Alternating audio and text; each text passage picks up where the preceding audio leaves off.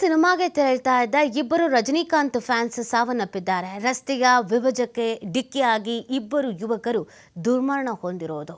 ಕೊಣನೂರು ಗ್ರಾಮದಿಂದ ಮೈಸೂರಿಗೆ ತೆರಳ್ತಾ ಇದ್ದಂತ ವೇಳೆ ಈ ಘಟನೆ ನಡೆದಿದೆ. ಅರಕಲಗೂಡು ತಾಲೂಕಿನ ಬಸವಪಟ್ಟಣದ ಬಳಿ ಅಪಘಾತ ಸಂಭವಿಸಿದೆ. ಕೊಣನೂರಿನ ದರ್ಶನ್ ಕಬ್ಬಳಿಗೆರೆಗ ಪ್ರಸಾದ್ ಸಾವನ್ನಪ್ಪಿರೋದು. 22 ವರ್ಷದ ಪ್ರಸಾದ್ ಮಗನನ್ನ ಕಳೆದುಕೊಂಡ ಪೋಷಕರ ಆಕ್ರಂದನ ಇದೀಗ ಮುಗಿಲು ಮುಟ್ಟಿದೆ. ಕೊಣನೂರು ಪೊಲೀಸ್ ಠಾಣಾ ವ್ಯಾಪ್ತಿಯಲ್ಲಿ ಒಂದು ಪ್ರಕರಣ ನಡೆದಿದೆ.